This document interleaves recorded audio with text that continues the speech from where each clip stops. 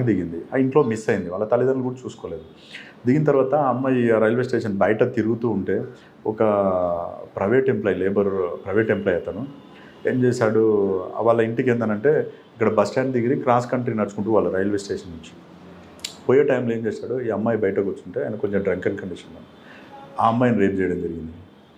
ఆ చెట్ల పొదలు ఉంటే అక్కడ రేప్ చేసి బాగా బ్లీడింగ్ అమ్మాయికి మొత్తం చేసి వెళ్ళిపోయాడు అక్కడ నుంచి. ఆ కేసు వాస్తవం కూడా అప్పుడు ఎగ్జాక్ట్లీ 1:30 మంచి బాగా గాఢ నిద్రలో ఉన్నాం. ఒక ఆటో డ్రైవర్ ఫోన్ చేసిండు.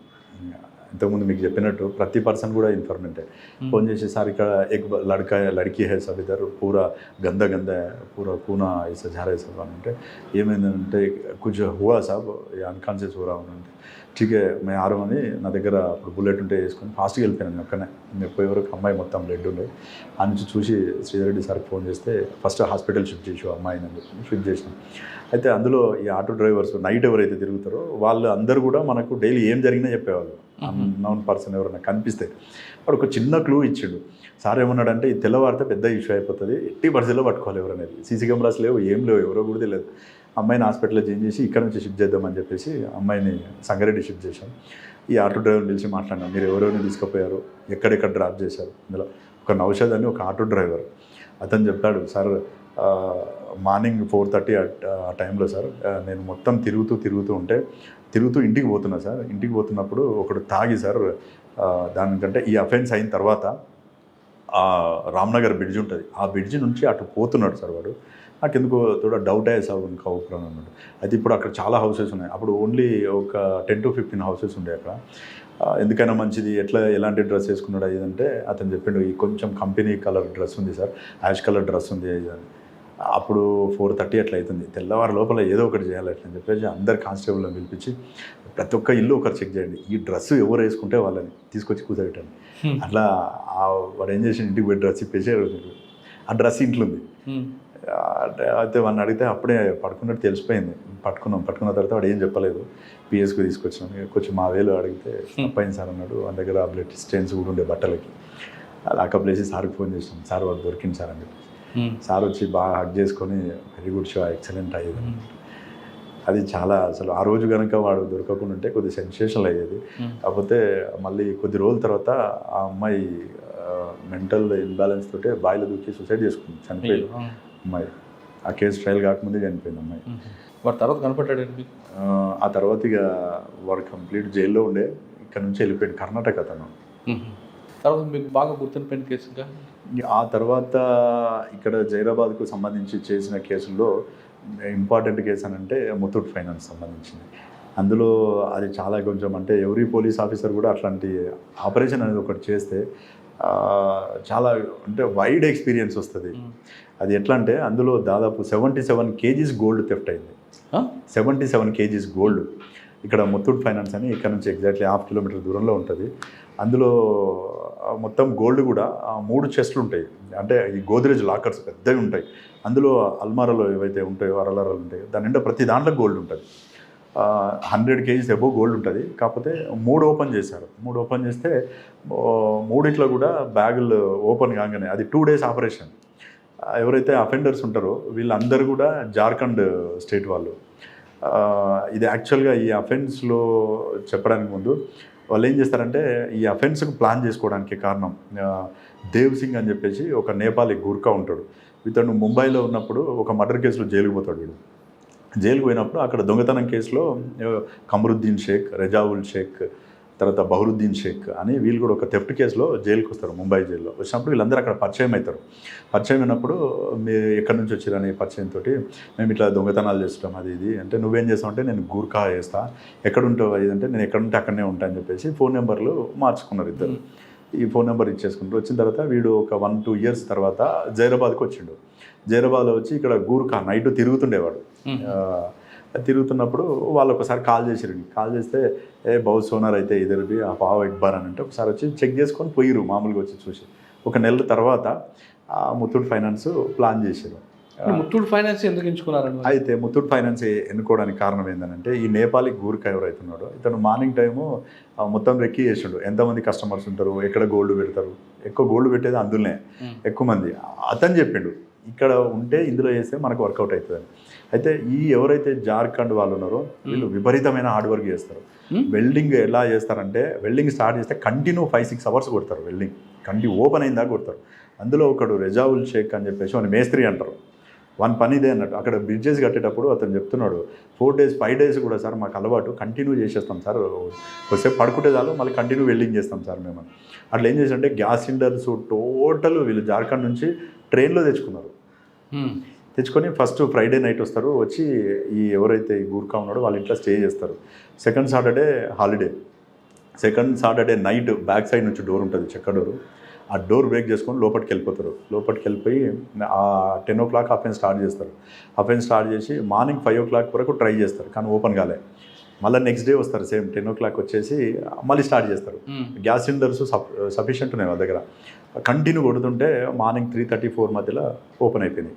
ఓపెన్ అయితేనే 5 bags మొత్తం ఒక్కొక్కటి 15 kgs వరకు కొట్టే బ్యాగ్స్ అన్ని ప్యాకెట్స్ నింపుకొని వెళ్ళిపోతుంటారు.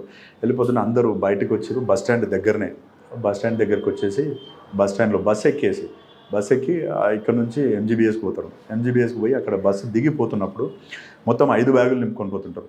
లాస్ట్కి వచ్చేవాడు అశోక్ శర్మ అని ఒక అఫెండర్. అందులో అతను కొంచెం వెనకబడతాడు. వెనకబడ్డప్పుడు వెనకాల నుంచి అక్కడ పోలీస్ అవుట్ పోస్ట్ ఉంటుంది కదా, డౌట్ వచ్చేసి ఆగు అంటుంటే వాడు బ్యాగ్ వదిలిపెట్టి పారిపోతాడు. ఆ పారిపోయే క్రమంలో ఈయన పర్సు పడిపోతుంది. ఆ పర్సులో ఒకటి ఉద్వా బ్రాంచ్కి సంబంధించింది, సాహిబ్గంజ్ డిస్టిక్ ఉద్వా బ్రాంచ్ అని ఒకటి ఉంటుంది. ఆ ఉద్వా బ్రాంచ్లో వీని అకౌంట్లో ఒక 5,000 రూపీస్ అమౌంట్ వేసినట్టు ఒక స్లిప్ దొరికింది. ఆ స్లిప్ దొరుకుతానే ఆ స్లిప్పు అది ఏదైతే ఉందో అక్కడ కన్సర్న్ పోలీసులు చూస్తే ఆ చిట్టీల పైన ఏవైతే స్లిప్స్ ఉంటాయి కదా, జైరాబాద్ ముత్తూట్ అని వచ్చింది. అఫ్జల్గంజ్ ఇక్కడ అఫెన్స్ అయింది, అక్కడ అది అయింది. యాక్చువల్గా అప్పుడు నాకు మ్యారేజ్, నేను సెలవులో ఉండే, నరేందర్ సార్ ఉండే. దాన్ని మొత్తం సీన్ ప్రొటెక్ట్ చేసి డిఎస్పీ గారిని పిలిపించి ఇదంతా చేసిన తర్వాత అక్కడికి పోయి అఫ్జల్గంజ్ పోలీసుని అడిగితే మేము ఇట్లా డైరెక్ట్ చేయడానికి లేదు, 102లో కోడ్ డిపాజిట్ చేస్తాం తీసుకున్నానంటే ఓకే అని చెప్పేసి వాళ్ళు వేసారు. అశోక్ శర్మ ఒకటి దొరికిండు, వాడిని ఇంటరాక్షన్ ఎక్కడ దొరికాడండి? అఫ్జల్గంజ్లోనే దొరికింది. అఫ్జల్గంజ్ పోలీసు పట్టుకున్నాడు. వాడు అసలు నోరే విప్పాడు, నాకేం తెలియదు అంటాడు, మాట్లాడాడు, ఏం చెప్పలే. సరే అని చెప్పేసి అట్లే పెట్టేసారు. ఆ ప్రాపర్ డిపాజిట్ చేశారు. ఆ తర్వాత భీమ్రెడ్డి సార్ ఉండే అప్పుడు, ఇప్పుడు ఏసీపీ భీమ్రెడ్డి సార్ సిసిఎస్లో ఇన్స్పెక్టర్ ఉండే, ఇప్పుడు సార్ ఏసీపీ పటంచెరు ఏసీపీ కూడా వేశారు. ఫస్ట్ ఆ కేసులో Narender sir and Bhim Reddy sir ఇద్దరు కూడా ఇక్కడ నుంచి జార్ఖండ్ వెళ్ళి ఆ ఏరియా మొత్తం చూసుకున్నారు. కానీ అఫెండర్ లిఫ్ట్ చేయడం చాలా కష్టము అని చెప్పేసి వచ్చి అప్పుడు షిమ్ముషి బాజ్పేయి మేడం ఐపీఎస్ ఎస్పీ గారు ఉండే, మేడం చెప్తే సరే అని చెప్పేసి ఊరుకున్న తర్వాత అప్పుడే ఎలక్షన్స్ వచ్చినాయి, మళ్ళీ 2014 ఎలక్షన్స్. ఆ ఎలక్షన్లో బిజీ అయిపోయినాం. ఆ అఫెన్స్ మాత్రం అట్లే ఉంది. ముత్తూట్ వాళ్ళు బాగా ప్రెజర్ పెడతారు, ఎట్లనే కేసు డిటెక్ట్ చేయాలని. 6 months అయిపోయింది.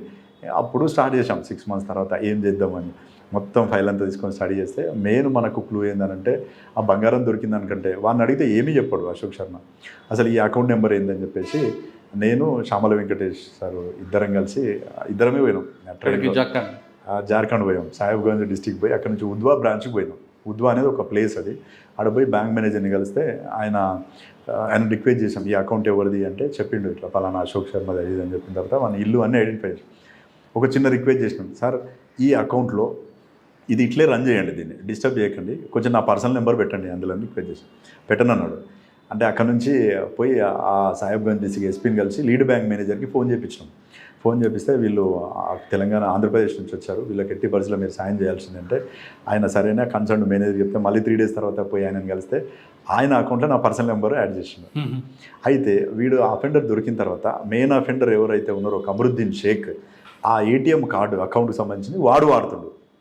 వానికి ఏందనంటే వాడు డబ్బులు ఉంటే సరే ముంబైకి వచ్చేస్తాడు, ఈ లేడీస్ బార్లు ఏవైతే ఉంటాయో బార్లో బాగా ఎంజాయ్ చేస్తాడు, విపరీతం ఎంజాయ్ చేస్తుంటాడు.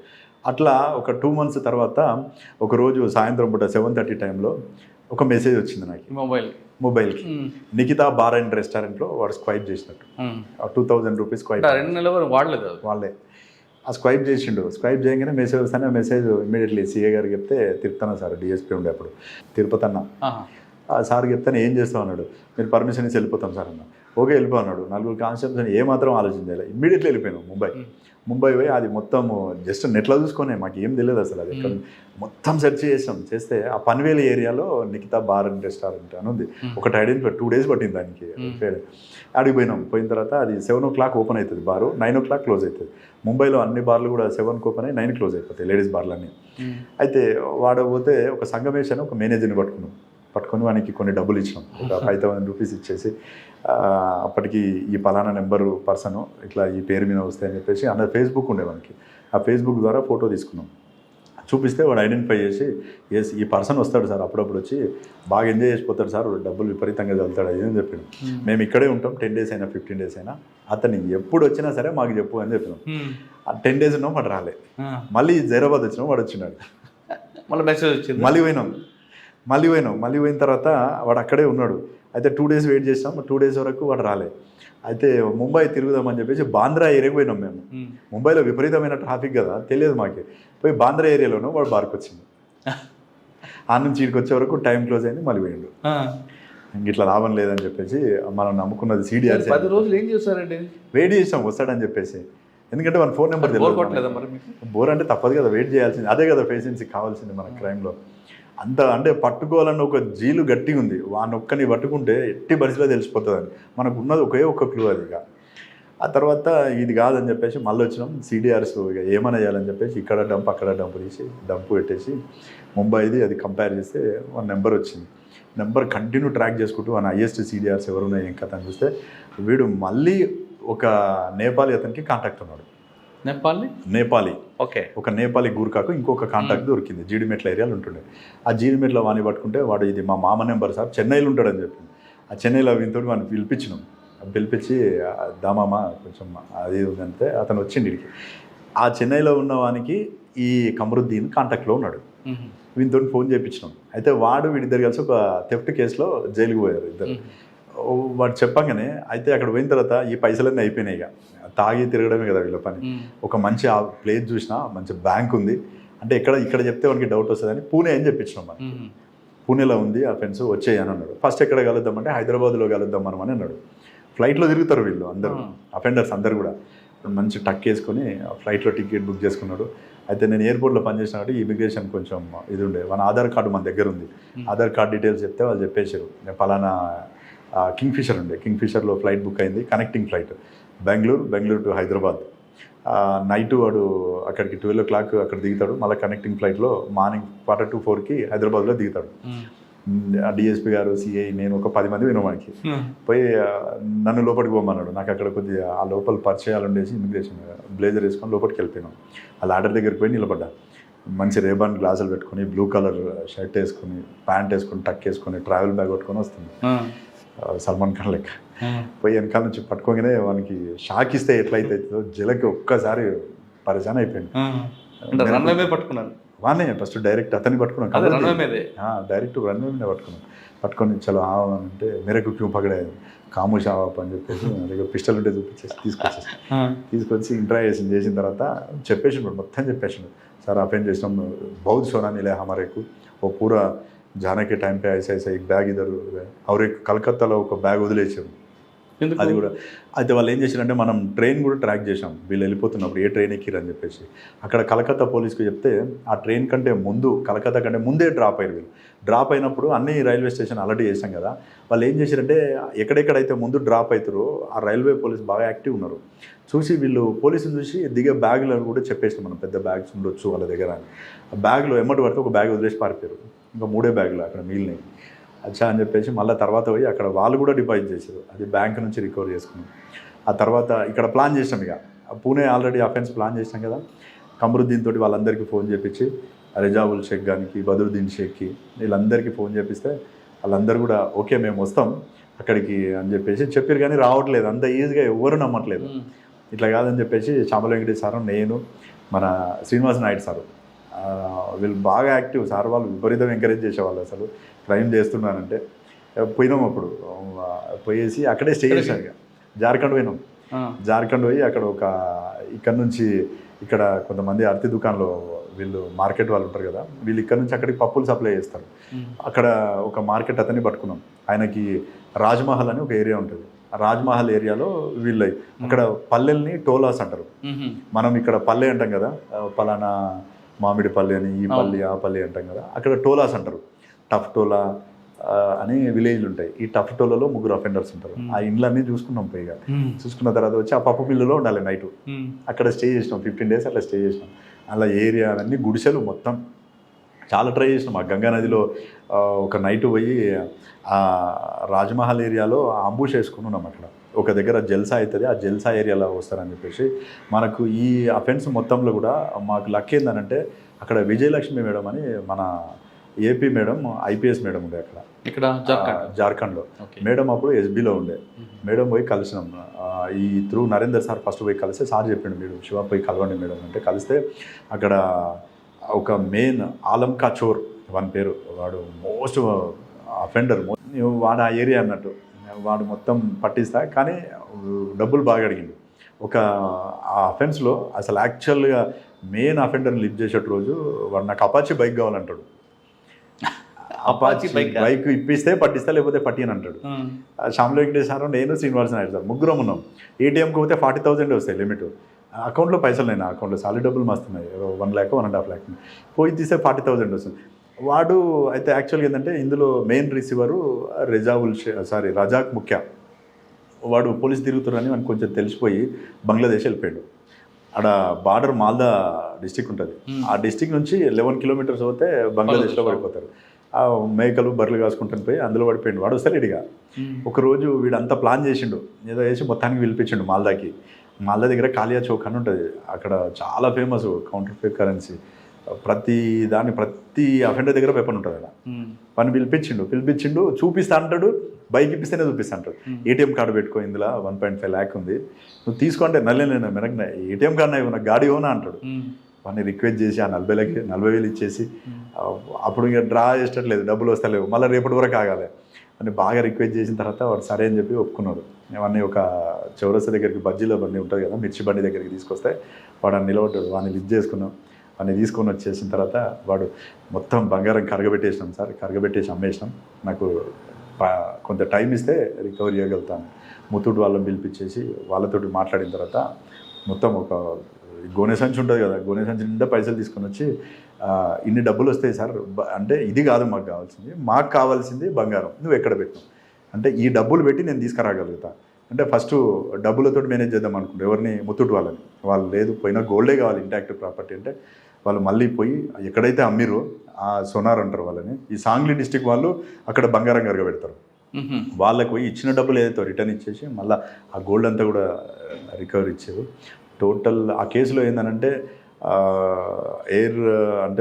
ఫ్లైట్లో ఒక అతన్ని లిఫ్ట్ చేయడం జరిగింది. గంగానదిలో చేజింగ్ జరిగింది. నాగ్పూర్ నుంచి పూణే వరకు మిగతా అఫెండర్స్ వచ్చేటప్పుడు మా తుఫాన్ వెహికల్ తీసుకున్నాం. ఆ తుఫాన్ వెహికల్ తీసుకొని ఆ అఫెండర్ ఒక వెహికల్ ఏమో తుఫాన్ వెహికల్ ట్రాక్తో పాటు వచ్చేస్తుంటుంది. ఎక్కడెక్కడైతే రూట్ ఉందో ఆ రూట్ పట్టుకొని ఒక 10 మంది ట్రైన్లో ఎక్కినాం నాగ్పూర్లో దీపావళి ముందు రోజు. ఆ అఫెండర్స్ని ఐడెంటిఫై చేయాలి, ఏ బోగిలో ఉన్నారని చెప్పేసి. వీనికి మొత్తం మాస్క్ వేసేసి కమరుద్దీన్ గారికి అఫెన్స్ కోసం వచ్చిన ఒక బోగిలో ఉన్నారు 15 మంది విత్ సిలిండర్స్ తీసుకొని వచ్చారు మొత్తం 4 బ్యాగుల్లో. ఐడెంటిఫై చేసిన తర్వాత వీళ్ళందరూ ఇందులో ఉన్నారని ఆ బోగి మొత్తం మనకు కావాలి, ఏం చేద్దామని చెప్పి ఆ టీసీని పిలిచేసి ఆయనకు 5,000 ఇచ్చేసి బోగి ఏమైనా చేసుకోమన్నాడు. ప్యాసింజర్ ఉండగానే వాళ్ళందరినీ కాల్ చేపించి వేరే బోగిలకు పంపించేసి ఎవరైతే ఒక నా మొత్తం 1 సెటప్ ఉంటుంది కదా, ఆ సెటప్లో ఉన్న వాళ్ళందరినీ క్లోజ్ చేసినాం. అందరినీ కూర్చోబెట్టి చేతులన్నీ కట్టేసి లిఫ్ట్ చేసి తీసుకొని వచ్చిన తర్వాత రికవరీ అందులో 36 kgs వరకు రికవరీ అయింది అప్పుడు గోల్డ్. కాకపోతే అందులో గ్రేట్ అచీవ్మెంట్ ఏంటంటే టీం వర్క్ ఎక్సలెంట్. అసలు ఒక 25 days వరకు నేను, శ్రీనివాస నాయుడు సారు, శ్యామల వెంకటేష్ సారు, తర్వాత తిరుపతన్న సారు, డిఎస్పీ అక్కడే ఉన్నాం. మొత్తం మాల్దాలో ఉన్నాం, కాలేజ్ చౌక్లో ఉన్నాం, రాజ్మహల్లో ఉన్నాం. రోజు బోట్ వేసుకొని తిరిగేది. గంగానది చాలా స్పీడ్ ఉంటుంది కదా. మాల్దా నుంచి సాహిబ్గంజ్ డిస్టిక్ 50 kilometers. అటు పోతే మనం బై రోడ్డు పోతే 100 kilometers అవుతుంది. కాబట్టి ఇటు పోయేది తొందరగా పోవడం కోసం. ఆ విధంగా ఇన్ఫర్మేషన్ కలెక్ట్ చేసి కాకి మూవీ చూస్తే ఈ ఆపరేషన్ కాకి మూవీ చాలా చిన్నది, ఇది చాలా పెద్ద ఆపరేషన్ అనిపించింది. సార్ దీంట్లో చాలా ఖర్చు అయింది కదా, ఖర్చును ఎవరు భరించారు? యాక్చువల్గా మొత్తం అప్పుడు వాడిన దానికి ఫస్ట్ నేను పెట్టుకున్నాను టోటల్ అమౌంట్ దాదాపు 3.5 lakhs. తర్వాత వాళ్ళు ఇచ్చిర్రు ఆ అమౌంట్ ఏదైతే ఉందో ఎస్పీ గారు పిలిపించి టోటల్ అమౌంట్ ఇంత ఖర్చు అయింది అంటే ఆయన పిలిపించి లిటరల్గా అయింది, జెన్యున్గా చెప్పడం జరిగింది. మొత్తం అమౌంట్ వాళ్ళు ఇచ్చారు, ఖర్చు అయింది. కానీ పోయింది 77 kgs వచ్చింది 36 kgs. అయితే 36 కేజీస్ రికవర్ కావడానికి కారణం ఏంటంటే ఇందులో నేపాలీ గ్యాంగ్ 50% జార్ఖండ్ గ్యాంగ్. ఈ నేపాల్ గ్యాంగ్ ఎవరైతే ఉందో దేవ్ సింగ్ వాళ్ళ తమ్మునికి ఇచ్చి మొత్తం ప్రాపర్టీ ఇచ్చి పంపించేసిండు. వాడు పోయి నేపాల్లో పోయిండు. వీళ్ళ దగ్గర ఏదైతే ప్రాపర్టీ ఉందో అది మొత్తం రికవర్ చేసాం. ఆ నేపాల్ ఇప్పటికి కూడా దొరకలేవాడు, ఆ ప్రాపర్టీ తీసుకొని పారిపోయిండు. అందులో ఇంకొకటి కూడా ఏంటంటే ఈ గోద్రేజ్ లాకర్ ఎక్కడ ఓపెన్ కాదని చెప్పారు వాళ్ళు, అది ఇన్సూరెన్స్ ఉందని చెప్పి దాని మీద కూడా ఇన్సూరెన్స్ కేసు. ఆ తర్వాత వాడు ఫోన్ ఎప్పుడు ఆన్ కాలేదు, వాడు ఇండియాకి రాలేదు, కంప్లీట్ నేపాల్లోనే ఉండిపోయిండు. ఆ తర్వాత కూడా ట్రై చేసినాం ఎప్పుడన్నా వస్తాడేమో అని చెప్పేసి నేపాలీ వాళ్ళని పెట్టిన, కానీ వాడు ఇండియాకి రాలేదు, దొరకలేదు. ఆ తర్వాత ట్రాన్స్ఫర్ అయింది.